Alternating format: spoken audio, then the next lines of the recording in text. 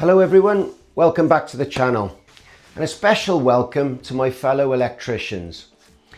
Now, you're already experts at wiring and control, but if you've subscribed to my channel, it's probably because you're interested in that extra dimension that separates you from the standard but very important domestic electrician and the multi-skilled electrical engineer that is not afraid to take on challenges to incorporate the very latest in home automation and electrical control systems. So this is where I had a problem. I wanted to talk about complex heating systems with full Wi-Fi and app controlled automation. But I realized that in doing so, I'm actually talking to a very specific group of highly skilled electricians. The fact is, there's no reason why any competent electrical installer can't bridge that gap and move into more complex installations. So here's the plan. Right, we're going to take your existing skills one step further, integrating them with heating systems. And this is the first episode in a series of videos that will help you achieve that goal. Now in this video, we're going to start simple at the beginning, looking at a standard UK home central heating system. And that's going to incorporate 2 zones, 2 thermostats and a heat source. And then as we move forward, we'll explore more complex underfloor heating systems, electrically controlled actuators, and eventually a fully automated system with AI control and Wi-Fi control. Now don't worry, you're not diving into plumbing. You're actually adding a new dimension to what you already know. And by the end of this series, you'll confidently bridge that gap between domestic electrical installations and the control of water flow in heating systems. Now that's coming up right now.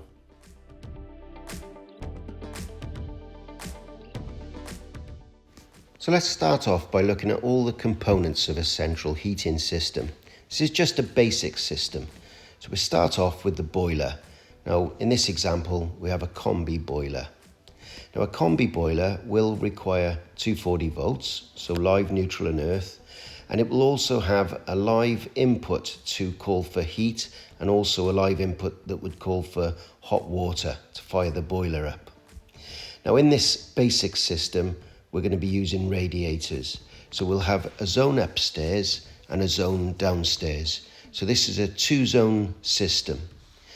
Now in order to control the flow of water, we use zone flow valves. These are 2-way zone valves and they have 5 wires, live, neutral, earth, and there's a common and a normally open.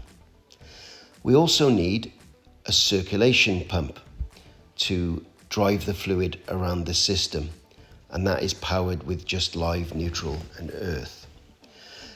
In order to call for heat, we need thermostats, so one for the upstairs zone and one for the downstairs zone. And these thermostats will require live, neutral and earth, and they also have a common, normally open and normally closed terminals. And to wire all this together, we use a basic wiring center, which is something similar to this. Finally, we need the incoming supply, and that would be a fuse connection unit, probably a switched spur located near the boiler, which powers the system. So let's look at the whole system as one now. And in this configuration, we have the 2 zones and the boiler. So there's the boiler, and that has an output of fluid going through 2 control valves up to the upstairs zone, and also we have a downstairs zone.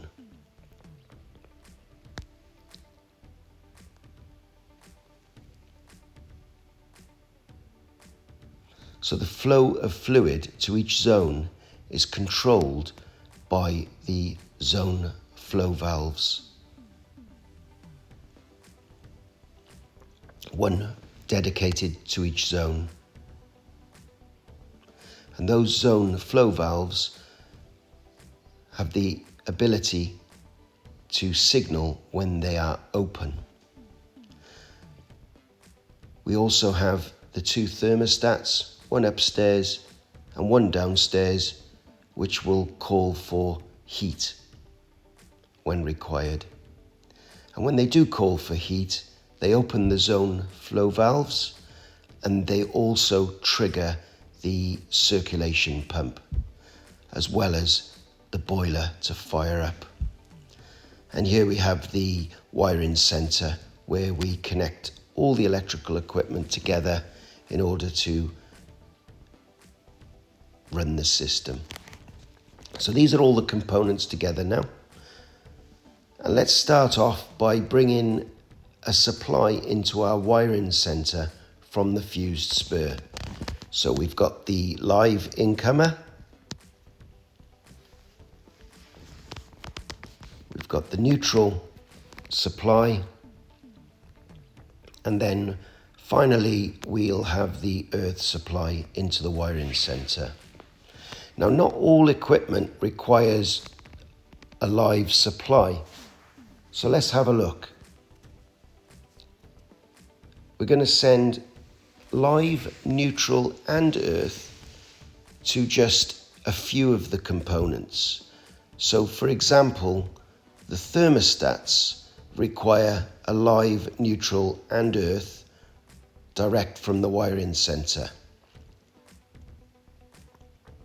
as you see here in the diagram. The boiler will also require a permanent live, neutral and earth from the wiring center.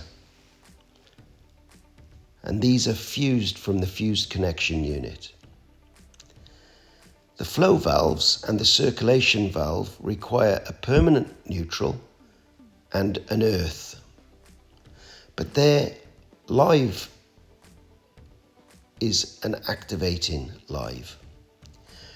Now the thermostats will require a live wire from the live input into the common, because we'll be switching that live when we call for heat, and we'll be using the normally open relay to do that. So at the moment we just have a live into the common, and then the normally open output, when the thermostat calls for heat, will send a live back to the wiring center from each thermostat. And those live triggers, live returns, will be sent to the respective flow valve. So the upstairs zone thermostat will be linked to the upstairs valve and vice versa. Now these flow valves have a relay that will tell us when the valve is fully open, and we need to put a permanent live into the common of that relay. So you can see here a permanent live into the common of the 5-wire flow valve. And then the output of that, the normally open output, we send a wire back to the wiring center.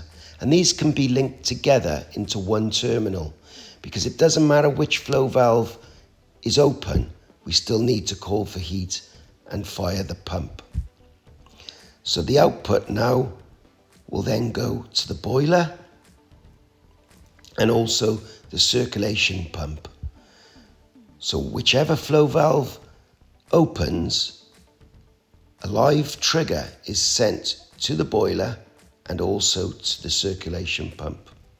And we can see that in the wiring center, we only have 6 wires: live, neutral and earth.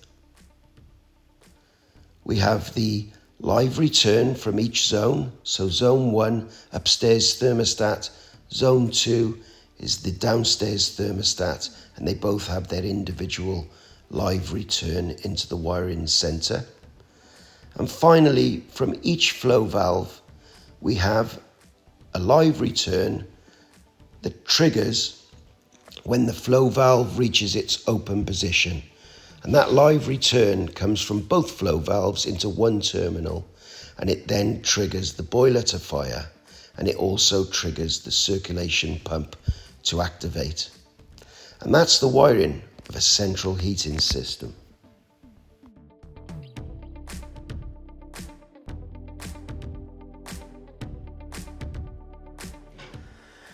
Well, I hope you enjoyed that video and you've got a little bit more of an insight into how a standard UK central heating system actually works.